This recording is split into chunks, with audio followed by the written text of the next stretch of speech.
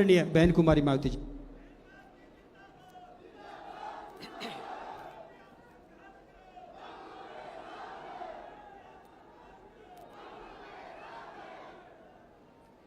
भारतीय राष्ट्रीय लोकदल के राष्ट्रीय अध्यक्ष चौधरी ओम प्रकाश चौटाला जी व वरिष्ठ राष्ट्रीय महासचिव चौधरी अभय चौटाला जी के नेतृत्व में तथा बीएसपी हरियाणा प्रदेश यूनिट आदि के भी अथक प्रयासों से आज माननीय चौधरी देवीलाल जी के जन्मदिन के उपलक्ष्य में सम्मान दिवस के रूप में हो रही इस विशाल महारैली में इकट्ठा हुए भारतीय राष्ट्रीय लोकदल व बहुजन समाज पार्टी के बने इस गठबंधन के सभी छोटे बड़े पदाधिकारी, नेता एवं कार्यकर्तागण, आज आप लोग माननीय चौधरी देवीलाल जी के जन्मदिन को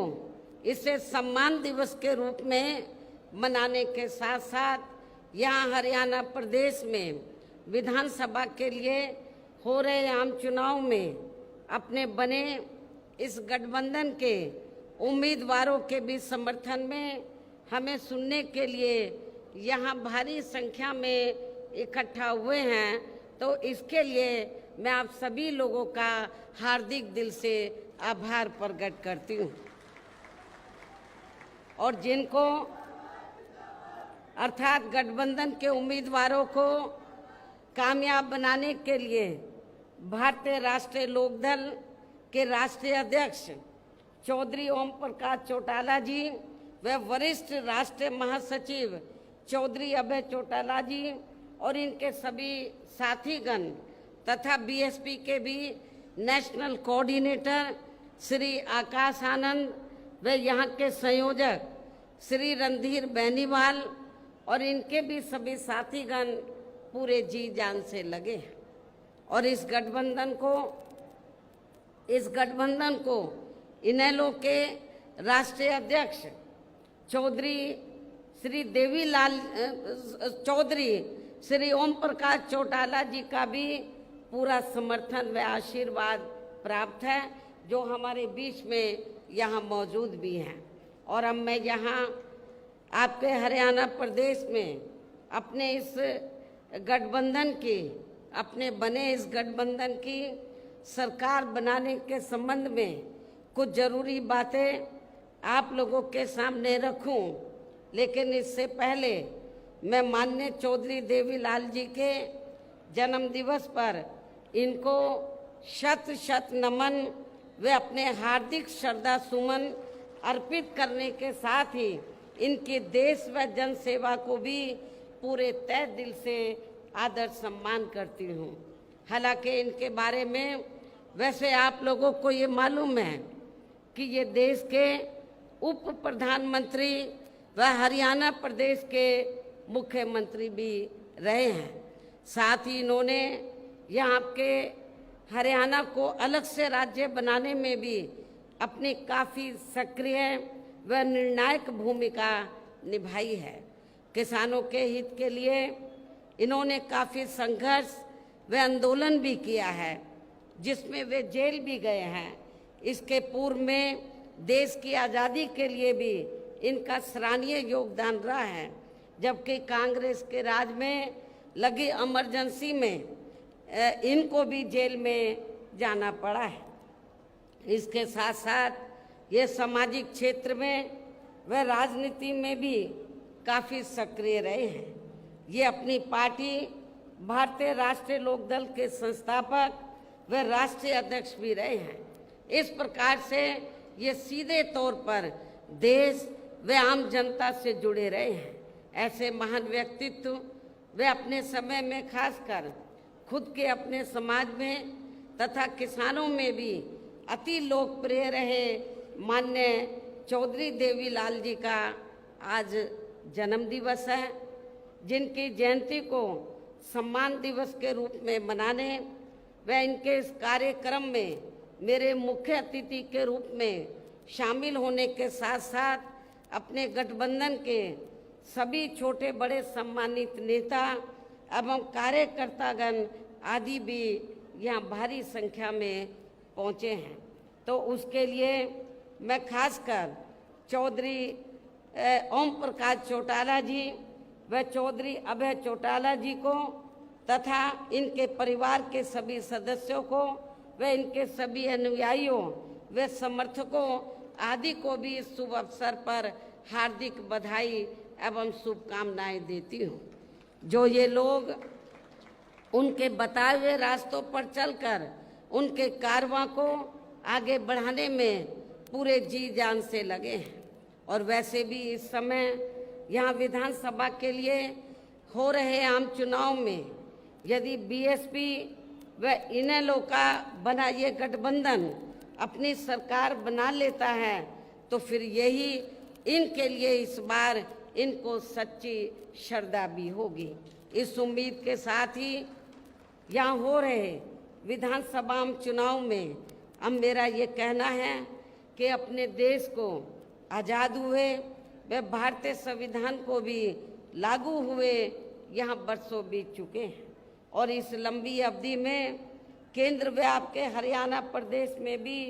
विभिन्न विरोधी पार्टियों की सरकारें रही हैं। लेकिन दुख की बात यह है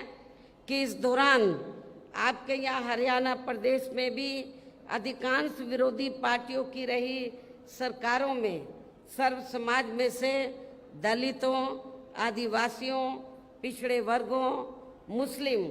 व अन्य धार्मिक अल्पसंख्यकों के साथ साथ गरीबों,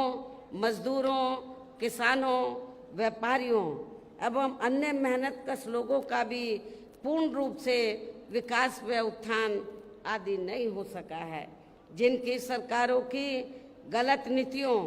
एवं गलत कार्य प्रणाली आदि को अभी ने और ज़्यादा आजमाने की ज़रूरत नहीं है। और इस मामले में विशेषकर दलितों, आदिवासियों व अन्य पिछड़े वर्गों के लोगों को मैं ये बताना जरूरी समझती हूँ कि इन वर्गों को परम पूज्य बाबा साहब डॉक्टर भीमराव अंबेडकर के कड़े संघर्ष एवं अथक प्रयासों से भारतीय संविधान के तहत मिले कानूनी अधिकारों में से खासकर सरकारी नौकरियों में जो आरक्षण की सुविधा मिली है तो उसे भी यहाँ शुरू से ही कांग्रेस पार्टी और अब बाद में बीजेपी व इनके गठबंधन दल तथा अन्य पार्टियों की भी रही सरकारों की जातिवादी सोच व मानसिकता के चलते इन्हें अभी तक भी आरक्षण का पूरा लाभ नहीं मिल पा रहा है। इन वर्गों के लोगों को अभी तक भी इन्हें आरक्षण का पूरा लाभ नहीं मिल पा रहा है और अब तो इनके इस आरक्षण को ये पार्टियां मान्य कोर्ट की आड़ में इसे प्रभावहीन बनाने में व खत्म करने की भी पूरी कोशिश में लगी हुई है। और इसका खास उदाहरण दिनांक 1 अगस्त 2024 को माननीय सुप्रीम कोर्ट का दिया गया निर्णय है, जिस पर कांग्रेस, बीजेपी व इनके सहयोगी दल अभी तक भी अपनी चुप्पी साधे हुए हैं। और इस संदर्भ में यदि केंद्र की भाजपा सरकार की व कांग्रेस की तथा इनके गठबंधन दलों की भी नीति व नियत साफ होती तो फिर ये सरकार माननीय सुप्रीम कोर्ट के आरक्षण को लेकर आए निर्णय में जिसमें कोर्ट ने एससी व एसटी के आरक्षण में वर्गीकरण व क्रीमी लेयर आदि को लागू करने की बात कही है, जो उसे खत्म करने व फिर करने की बात कही है तो उसे खत्म करने व फिर से पूर्व की स्थिति में लाने के लिए विशेष सत्र बुलाकर संवैधानिक संशोधन विधेयक जरूर लाती यदि इनकी नियत साफ होती तथा उसे पास भी जरूर करवाती और इसके लिए पूरा विपक्ष मिलकर सरकार पर दबाव भी जरूर बनाता। और हम भी देखते हैं कि विपक्ष कितना दलितों और आदिवासियों के आरक्षण के साथ है। लेकिन ऐसा करना तो बहुत दूर की बात रही, बल्कि इन्होंने माननीय सुप्रीम कोर्ट के इस आए निर्णय पर कुछ भी खुलकर नहीं बोला है। और इस मामले में केंद्र की भाजपा सरकार व अधिकांश सभी विरोधी पार्टियां अभी तक भी चुप्पी साधे हुए हैं। इतना ही नहीं, बल्कि अब SC/ST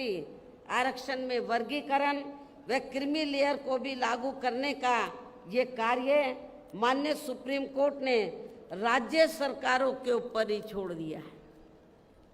जो अब अपने हिसाब से इसका पूरा राजनीतिक फायदा भी उठाएंगे। साथ ही इसकी आड़ में इन वर्गों को बांटकर इन्हें आपस में भी लड़ाएंगी। अर्थात अब ये पार्टियां फूट डालो व राज करो की नीति का भरपूर फायदा उठाएंगे, जबकि संविधान के मुताबिक किस जाति को SC व ST की सूची में शामिल करना है या नहीं करना है, तो इसका ये अधिकार अभी तक केवल संसद व माननीय राष्ट्रपति जी को ही दिया हुआ था, जिसे 1 अगस्त 2024 को माननीय सुप्रीम कोर्ट के आए निर्णय के जरिए वापस लेकर इसे अब सीधे राज्य सरकारों को ही दे दिया गया है, जिससे अब इन वर्गों के साथ काफी ज्यादती होगी। अर्थात इनका अब ये आरक्षण ना के बराबर ही रह जाएगा। और अब कांग्रेस के श्री राहुल गांधी ने तो विदेश में जाकर इनके सभी आरक्षण को ही आगे वक्त आने पर खत्म करने का ही ऐलान कर दिया है। लेकिन जब वो भारत में रहते हैं और खास तौर से भारत में रहते हैं और उनको लगता है कि किसी राज्य में चुनाव हो रहा है, तो फिर इधर आकर वो गिरगिट की तरह रंग बदल लेते हैं और क्या बोलते हैं इधर आकर कि हम आरक्षण के पक्ष में हैं। बाहर जाकर वो बोलते हैं हम आरक्षण को खत्म करना चाहते हैं इंडिया में SC/ST के, और इधर आकर बोलते हैं कि हम आरक्षण के पक्ष में हैं। आप इसको कांग्रेस की क्या नीति समझेंगे? ये कांग्रेस की दोहरी नीति है, ये स्पष्ट नीति नहीं है। ये भी आप लोगों को समझना चाहिए। तो ऐसी कांग्रेस पार्टी जो SC/ST के आरक्षण के बारे में कहती कुछ है और करती कुछ है, तो आपको इस पार्टी को, जो इस बार हरियाणा में तो विधानसभा का आम चुनाव हो रहा है, इस चुनाव में खास तौर से दलितों को इनको सबक सिखाना बहुत जरूरी है। इसलिए इन वर्गों के लोगों को बाबा साहब डॉक्टर भीमराव अंबेडकर द्वारा जो इन्हें आरक्षण का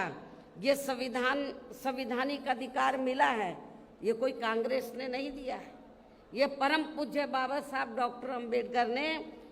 SC/ST वर्गों के लोगों को जो आरक्षण की सुविधा दिया है, ये संविधानिक अधिकार परम पूज्य बाबा साहब डॉक्टर अंबेडकर ने आप लोगों को दिया है। तो इसे बचाने के लिए अब इन सभी विरोधी पार्टियों को यहाँ आपके हरियाणा प्रदेश में हो रहे विधानसभा आम चुनाव में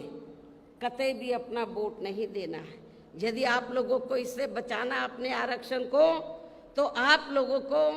कांग्रेस BJP एंड कंपनी के लोगों को कतई भी अपना वोट नहीं देना है। जो अभी तक भी माननीय सुप्रीम कोर्ट के इस आए निर्णय के संदर्भ में कुछ भी खुलकर बोलने के लिए तैयार नहीं है। ऐसी स्थिति में अब इन वर्गों को इस चुनाव में अपने बने इस गठबंधन की सरकार बनाकर इसे लागू होने से तब तक लटकाकर व रोक कर रखना है जब तक केंद्र की सरकार कोर्ट के इस निर्णय को संवैधानिक संशोधन के जरिए खत्म करके इसे पुरानी स्थिति में बहाल नहीं कर देती है। इसको आपको राज्यों में पास नहीं होने देने का, इसको लटका के रखना है सुप्रीम कोर्ट के जजमेंट को, निर्णय को। कब तक? जब तक केंद्र की सरकार कोर्ट के इस निर्णय को संवैधानिक संशोधन के जरिए खत्म करके इसे पुरानी स्थिति में बहाल नहीं कर देती है। और इसके लिए अब आप लोगों को इस चुनाव में या उन सभी विरोधी पार्टियों को सत्ता में आने से जरूर रोकना है, जो माननीय सुप्रीम कोर्ट के आए इस निर्णय के पक्ष में है, समर्थन में है। और इनके स्थान पर अब आपको एक तरफा अपना वोट केवल बीएसपी व इनेलो के बने अपने इस गठबंधन को ही देना है, ताकि सत्ता में आकर यहाँ आपके स्टेट में, आपके हरियाणा प्रदेश में माननीय सुप्रीम कोर्ट के आए इस निर्णय पर कुछ हद तक अंकुश लगाया जा सके। जब तक पार्लियामेंट में ये संशोधन बिल पास नहीं होता है तो कम से कम ये गठबंधन की सरकार बनती है तो हम उसको लागू नहीं होने देंगे, इसको लटका कर रखेंगे। तो ये इसके लिए आप लोगों को अपने गठबंधन की सरकार बनाना बहुत ज़रूरी है। इतना ही नहीं बल्कि यहाँ विरोधी पार्टियों की ज़्यादातर रही जातिवादी मानसिकता के चलते देश में आज़ादी के बाद शुरू में केंद्र एवं अधिकांश राज्यों में भी काफ़ी लंबे समय तक सत्ता में आसीन रही कांग्रेस पार्टी ने व इनके सहयोगी दलों ने भी, और अब पिछले कुछ वर्षों से केंद्र एवं काफ़ी राज्यों में भी बीजेपी व अन्य जातिवादी पार्टियों की भी रही सरकारों ने इनका आरक्षण का कोटा अभी तक भी पूरा नहीं किया है, पूरा नहीं भरा है। आपके हरियाणा प्रदेश में भी काफ़ी सीटें खाली पड़ी हुई हैं, जबकि यूपी में जब मेरे नेतृत्व में 4 बार सरकार बनी, मैंने विशेष अभियान चलाकर जो सरकारी नौकरियों में रिजर्वेशन कोटा अधूरा पड़ा था या पूरा नहीं था, उसको मैंने विशेष अभियान चलाकर इसको पूरा कराया था। इसे फिर अंत में अधिकांश, और ये क्यों नहीं भरते हैं कांग्रेस बीजेपी जो अन्य पार्टियां, इनका आरक्षण का कोटा ये पूरा क्यों नहीं करती हैं? क्योंकि उनको मालूम है कि लोग भूल भाल जाएंगे और इससे फिर अंत में अधिकांश किसी न किसी रूप में फिर ये पार्टियां इनकी नौकरियों को सामान्य वर्गों को ही दे देती हैं। पदोन्नति में आरक्षण को तो इन्होंने मान्य कोर्ट की आड़ में काफ़ी हद तक खत्म ही कर दिया है, और इस मामले में लगभग यही खराब स्थिति हमें यहाँ के हरियाणा प्रदेश में भी देखने के लिए मिल रही है। इसके साथ ही अब इन वर्गों के लोगों को प्राइवेट सेक्टर में आरक्षण दिए जाने की व्यवस्था किए बिना ही केंद्र व राज्यों में भी ज़्यादातर सरकारी कार्य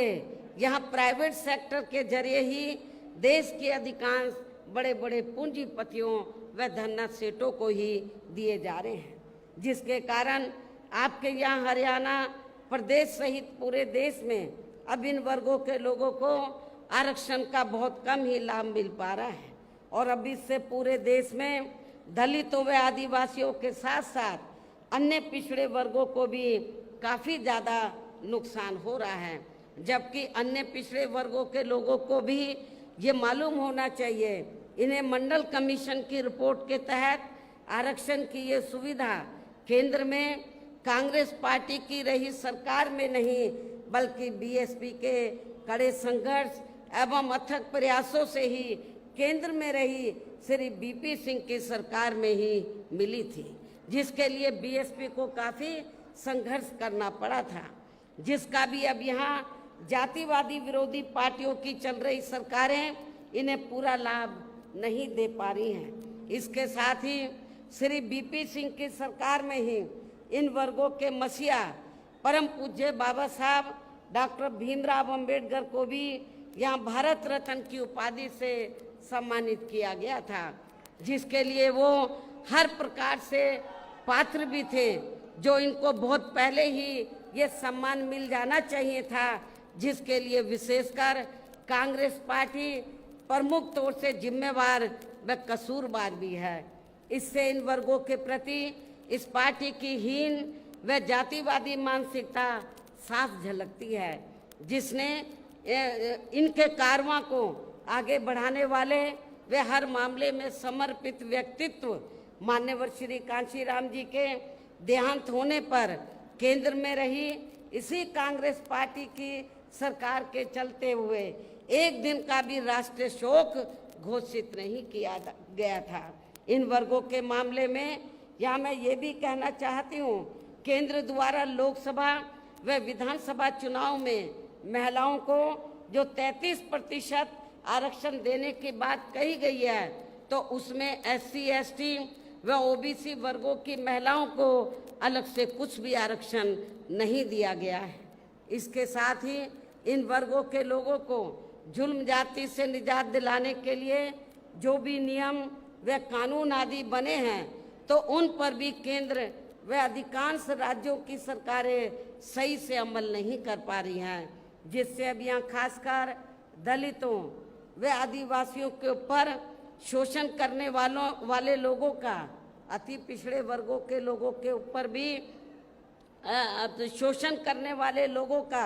मनोबल और भी ज़्यादा बढ़ रहा है। और ये सब हमें यहाँ आपके हरियाणा प्रदेश में भी काफ़ी कुछ देखने के लिए मिल रहा है। इसी प्रकार हमें पूरे देश में मुस्लिम व अन्य धार्मिक अल्पसंख्यक समाज के लोगों की भी हालत हर मामले में कोई खास अच्छी नज़र नहीं आती है। इतना ही नहीं, बल्कि अपर कास्ट समाज में व जाट समाज में भी खासकर गरीब लोगों की भी आर्थिक स्थिति अभी भी यहाँ आपके प्रदेश सहित पूरे देश में काफ़ी ज़्यादा खराब व दयनीय ही बनी हुई है। इसके अलावा आपके हरियाणा प्रदेश सहित पूरे देश में सर्व समाज में से विशेषकर यहाँ गरीब, मजदूर, किसान, कर्मचारी, व्यापारी एवं अन्य मेहनतकश लोग भी अपनी विभिन्न समस्याओं को लेकर अभी भी हमें काफ़ी ज़्यादा दुखी ही नज़र आते हैं। और इनमें भी किसान वर्ग तो केंद्र की वर्तमान भाजपा सरकार द्वारा बनाई गई इनकी गलत नीतियों के कारण अब काफ़ी ज़्यादा परेशान व आंदोलित भी रहा है और अभी भी है। लेकिन इन सब की मुख्य वजह हमारी पार्टी केंद्र व आपके हरियाणा प्रदेश में भी यहाँ अब तक की रही अधिकांश विरोधी पार्टियों की रही सरकारों की गरीब व किसान विरोधी तथा जातिवादी, पूंजीवादी व संकीर्ण मानसिकता के तहत बनाई गई इनकी गलत नीतियों एवं गलत कार्य प्रणाली को ही काफ़ी हद तक जिम्मेवार मानकर चलती है। और इस मामले में खासकर इनकी गलत आर्थिक नीतियों की वजह से ही आए दिन यहाँ पूरे देश में आपके हरियाणा प्रदेश में भी गरीबी, बेरोजगारी व महंगाई आदि भी काफ़ी ज़्यादा बढ़ रही है। जबकि इस मामले में शुरू से ही हमारी पार्टी केंद्र व राज्यों की सरकारों से भी हर स्तर पर ऐसी नीति अपनाने की लगातार ये मांग करती आ रही है कि देश में कुछ गिने चुने पूंजीपतियों व धन्ना सेठों आदि का विकास होने के बजाय बल्कि यहाँ सर्व समाज में से गरीब व आम लोगों का ही विकास होना चाहिए। तभी फिर सही मायने में यहाँ की आम जनता अपनी गरीबी, बेरोजगारी, महंगाई व अन्य और सभी समस्याओं से भी काफ़ी हद तक निजात पा सकती है। इसके साथ साथ अभी भी अपने देश में भ्रष्टाचार हर स्तर पर काफ़ी ज़्यादा बढ़ रहा है, जिससे आपका अपना खुद का हरियाणा प्रदेश भी अछूता नहीं रहा है। और इन सब का मुख्य कारण हमारी पार्टी आज़ादी के बाद से लेकर अभी तक केंद्र व देश के अधिकांश राज्यों में तथा आपके खुद के अपने हरियाणा प्रदेश में भी ज़्यादातर सत्ता यहाँ गलत पार्टियों में से खासकर कांग्रेस व बीजेपी आदि के हाथों में ही आने को मानकर चलती है। और इन पार्टियों को हमारी पार्टी इसलिए भी जिम्मेवार मानकर चलती है क्योंकि शुरू से ये पार्टियां केंद्र व देश के अधिकांश राज्यों में भी ज़्यादातर यहाँ बड़े बड़े पूंजीपतियों व धन्ना सेठों की ही आर्थिक मदद से सत्ता में आती रही हैं। और सत्ता में आ जाने के बाद फिर ये पार्टियां अधिकतर मामलों में अपनी आर्थिक एवं अन्य सभी नीतियां यहाँ गरीब व आम जनता की समस्याओं को दूर करने के हिसाब से तैयार नहीं करती हैं, बल्कि देश के उन बड़े बड़े पूंजीपतियों व धन्ना सेठों को ही फायदा पहुंचाने के हिसाब से अपनी अधिकांश नीतियां तैयार करती है, जिनके धन व बल से चुनाव लड़कर ज़्यादातर ये पार्टियां केंद्र व आपके राज्य सहित देश के अन्य राज्यों में भी अभी तक यहाँ सत्ता में आती रही हैं, जिसके कारण ही अब पूरे देश में व आपके खुद के अपने प्रदेश में भी अभी भी हमें यहाँ सर्व समाज के लोग, गरीब लोग अधिकांश मामलों में अपनी विभिन्न समस्याओं को लेकर काफ़ी ज़्यादा दुखी व परेशान ही नजर आते हैं, जबकि पूरे देश में बहुजन समाज पार्टी ही अकेली एक ऐसी पार्टी है जो विरोधी पार्टियों की तरह देश के बड़े बड़े पूंजीपतियों व धन्ना सेठों की आर्थिक मदद से नहीं बल्कि अपनी पार्टी के ही आम कार्यकर्ताओं की आर्थिक मदद से चुनाव लड़कर यहाँ केंद्र व राज्यों की सत्ता में आना चाहती है, ताकि हमारी पार्टी सत्ता में आने के बाद फिर बिना किसी दबाव के वे आज़ाद होकर सर्व समाज के लोगों की सभी समस्याओं का समाधान करके उन्हें हर मामले में वे हर स्तर पर यहाँ खुशहाल बना सके। और इसी आधार पर चलकर ही आबादी के हिसाब से देश के सबसे बड़े प्रदेश उत्तर प्रदेश में 4 बार हमारी पार्टी ने अपने नेतृत्व में वहाँ सरकार भी बनाई है, और हमने अपनी सभी चारों रही सरकारों में अपनी पार्टी की विचारधारा एवं सिद्धांतों के तहत चलकर वैसे तो वहाँ सर्व समाज के हितों का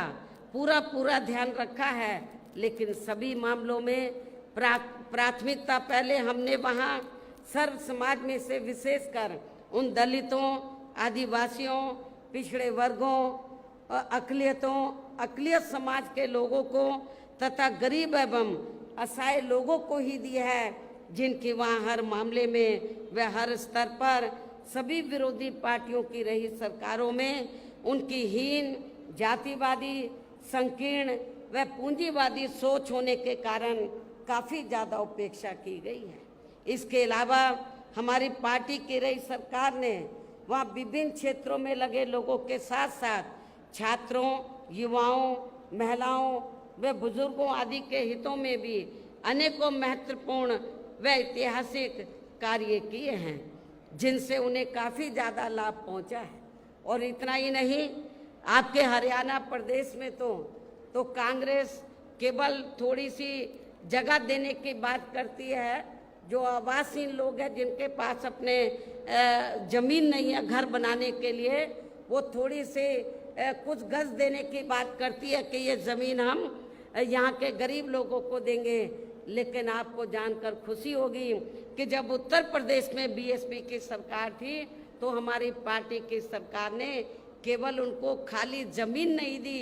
बल्कि ज़मीन पर उनके 2-2 कमरों के पक्के मकान भी सरकार की ओर से फ्री बना कर दिए थे।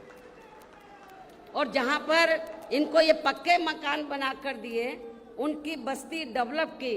शिक्षा, चिकित्सालय, अन्य और सभी सुविधाएं हमने वहाँ इन लोगों को उपलब्ध कराई थी। केवल खाली प्लॉट नहीं दिया था, हमने पक्के मकान बना कर दिए, और जो रोज़मर्रा की ज़रूरतें हैं उनको भी हमने उनकी बस्तियों में पूरा किया। और इतना ही नहीं, आपको याद होगा जब मान्यवर श्री कांशीराम जी जीवित थे और हरियाणा प्रदेश में आते थे, आप लोग बड़े दुखी थे कि हमारे पास रोटी रोजी के साधन नहीं है, हमारे पास खेती करने के लिए ज़मीन नहीं है। तो उस समय आप लोग एक नारा लगाते थे कि जो ज़मीन सरकारी है वो ज़मीन हमारी है। आप लोग एक नारा लगाते थे, लेकिन वो नारा आपका पूरा नहीं हो पा रहा था हरियाणा में। और ये कब होगा? जब आपकी सरकार बनेगी। लेकिन जब उत्तर प्रदेश में 4 बार हमें सरकार बनाने का मौका मिला, तो उत्तर प्रदेश में हमने बड़ी संख्या में लाखों लोगों को, जो दलित वर्ग के लोग थे और जो गरीब लोग थे अन्य समाज में, उनको हमने किसी किसान भाई की 1 इंच भी जमीन छीनकर हमने भूमिहीन लोगों में नहीं बांटी थी, बल्कि सरकार के पास जो खेती करने के लिए सरकारी जमीन खाली पड़ी थी, उस सरकारी जमीन के 2-2, 3-3 एकड़ के पट्टे काटकर हमने भूमिहीन लोगों को, जो गरीब लोग हैं, भूमिहीन लोग, जो दलित वर्ग के लोग हैं, उनको खेती करने के लिए हमने फ्री दी। और इतना ही नहीं, आपको ये भी मालूम है कि जहाँ पर दलित बस्तियाँ होती हैं तो वहाँ जाते ही मालूम पड़ जाता है हर गांव में, गांव देहात में, कि यहाँ पर दलित वर्ग के लोग रहते हैं। क्योंकि जो भी पार्टियां सत्ता में आई, उन्होंने आपकी दलित बस्तियों को विकसित नहीं किया। लेकिन जब हमारी पार्टी की सरकार बनी, हमने डॉक्टर भीमराव अंबेडकर ग्राम विकास योजना के तहत, तो जहाँ पर दलित लोग रहते थे, हमने गांव चिन्हित किए अधिक तादाद में, उनको हमने इस योजना के तहत हर सुविधा से हमने उनको सुविधा मुहैया कराई, उनको सुविधा उपलब्ध कराई और उनको विकसित किया, डेवलप किया। ये भी आप लोगों को मालूम है। और उस गांव में जाते ही मालूम पड़ जाता था कि ये डॉक्टर अंबेडकर गांव है। और जब मेरी गवर्नमेंट के दौरान जब हमारे समाज के लोग अपने बच्चियों का रिश्ता करते थे गांव में, तो देखते थे कि हमारी बेटी का रिश्ता डॉक्टर अंबेडकर गांव में ही होना चाहिए, ताकि हमारी बेटी को शौचालय के लिए कहीं बाहर ना जाना पड़े, जंगल में ना जाना पड़े। हमने शौचालय भी बनाए। अब उन्हें ये लोग अपना काउंट कर लेते हैं। यूपी में बीएसपी की सरकार में ही ये सब सुविधा उपलब्ध कराई गई। इसके और इतना ही नहीं, हमारे किसान भाई, मेरे ख्याल यूपी में हमारे किसान भाई चले जाएं, पश्चिमी यूपी तो बिल्कुल लगा हुआ हरियाणा प्रदेश से, तो यूपी में हमने किसानों को बहुत सुविधाएं दी। आज लोग याद करते हैं, गन्ने का रेट हमने कभी भी आज तक ना हरियाणा में ना यूपी में किसी भी पार्टी की सरकार ने इतना रेट नहीं दिया गन्ने का, जितना हमने गन्ना किसानों को रेट दिया था। किसानों की भी हमने सभी समस्याओं का काफी हद तक समाधान किया तथा उनकी फसलों का भी उन्हें समय से उचित दाम दिया। और मैं अपने जाट भाइयों को बताना चाहती हूँ, जब उत्तर प्रदेश में पुलिस की भर्ती हुई, 2 लाख से ज़्यादा पुलिस की भर्ती हुई, तो पहले भर्तियों में रिश्वत चलती थी। तो लेकिन मेरी सरकार में मैंने बोला रिश्वत नहीं चलेगी, और बिना रिश्वत के आपके पश्चिमी यूपी में बड़ी तादाद में अन्य समाज के लोग तो भर्ती हुए, रिजर्वेशन के तहत SC ST OBC के लोग भी भर्ती हुए। लेकिन बड़ी तादाद में जो लोगों के दिल और दिमाग में धारणा थी कि बीएसपी जाटों के खिलाफ है, वो धारणा निकल गई। क्योंकि जब मेरी सरकार बनी और ये भर्ती हुई पुलिस की, तो बड़े पैमाने पर पश्चिमी यूपी से जाट समाज के नौजवान बच्चे पुलिस में भर्ती हुए। और आज आप गाँवों में चले जाओ, वो यही कहते हैं कि बहन जी ने बिना पैसे के हमारे बच्चों को नौकरी दे दी, पुलिस में भर्ती कर दिया। इसके साथ ही हमने उत्तर प्रदेश में सर्व समाज के लोगों के ऊपर किसी भी प्रकार की कोई जुल्म जाति आदि भी नहीं होने दी है। इतना ही नहीं, बल्कि हमारी पार्टी की रही सरकार ने वहाँ देश में दलित एवं अन्य पिछड़े वर्गों में समय समय पर जन्मे अपने महान संतों, गुरुओं व महापुरुषों में भी खासकर महात्मा ज्योतिराव फूले, छत्रपति शाहू जी महाराज, नारायणा गुरु, बाबा साहब डॉक्टर भीमराव अंबेडकर एवं मान्यवर श्री कांशीराम जी आदि को भी विभिन्न रूपों में पहली बार वहाँ पूरा आदर सम्मान दिया है, जिन्हें विरोधी पार्टियों के लोग अभी तक भी आसानी से पचा नहीं पा रहे हैं। इस प्रकार से उत्तर प्रदेश में हमारी पार्टी ने अपने सभी चारों रहे शासनकाल के दौरान वहाँ हर मामले में व हर स्तर पर सर्व समाज के लोगों को काफ़ी बेहतरीन सरकार दी है। और यदि आप लोग भी यहाँ अपने हरियाणा प्रदेश में गरीबों एवं किसानों तथा आम जनहित के व विशेषकर कमजोर एवं उपेक्षित वर्गों के हितों में ऐसे ही कार्य करना चाहते हैं, इसके साथ ही आपके प्रदेश की जनहित से जुड़ी जो भी यहाँ स्थानीय समस्याएं हैं तो उन्हें भी दूर करना चाहते हैं, तो फिर आप लोगों को भी उत्तर प्रदेश की तरह ही अपने हरियाणा प्रदेश में भी यहाँ अपने बने इस गठबंधन की सर्वजन हिताय व सर्वजन सुखाय की नीतियों पर ही आधारित सरकार बनानी होगी। और जिसके लिए अब आप लोगों को यहाँ अपने हरियाणा प्रदेश में विधानसभा के लिए हो रहे आम चुनाव में अपने गठबंधन का बेहतर रिजल्ट लाना होगा। इसके साथ साथ आप लोगों को वोट पड़ने तक यहाँ की सत्ताधारी पार्टी व अन्य सभी विरोधी पार्टियों के साम दाम दंड भेद आदि हथकंडों से भी जरूर सावधान रहना है। और इस मामले में खासकर आप लोगों को विरोधी पार्टियों के जारी किए गए उनके हवाई व प्रलोभन भरे चुनावी